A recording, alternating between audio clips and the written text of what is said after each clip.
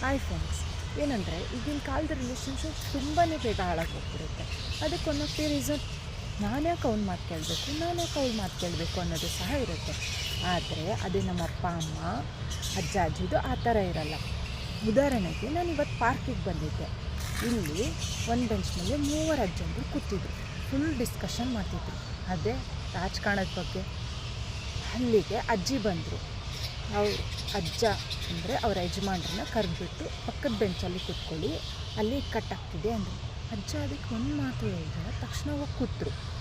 ಆಮೇಲೆ ಅಜ್ಜಿ ಹೋದ ತಕ್ಷಣ ಮತ್ತೆ ಬಂದು ಅದೇ ಜಾಗಕ್ಕೆ ಕೂತ್ಕೊಂಡ್ರು. ಅರೆ ಇದರಲ್ಲೇನಿದೆ ವಿಶೇಷ ಅಂತ ಯೋಚನೆ ಮಾಡ್ಬೋದು. ಇಲ್ಲಿ ಅಜ್ಜ ಅಜ್ಜಿ ಮೇಲೆ ತೋರಿಸ್ತಿರೋ ಪ್ರೀತಿ ಕಾಳಜಿ ನನಗೆ ಕಾಣಿಸಿತು. ಅದನ್ನೇ ನಾವು ಈಗ ನಮ್ಮ ಜನ್ರೇಷನಲ್ಲಿ ಅಪ್ಲೈ ಮಾಡಿದರೆ ಎಲ್ಲ ರಿಲೇಷನ್ಶಿಪ್ ಚೆನ್ನಾಗಿರುತ್ತೆ.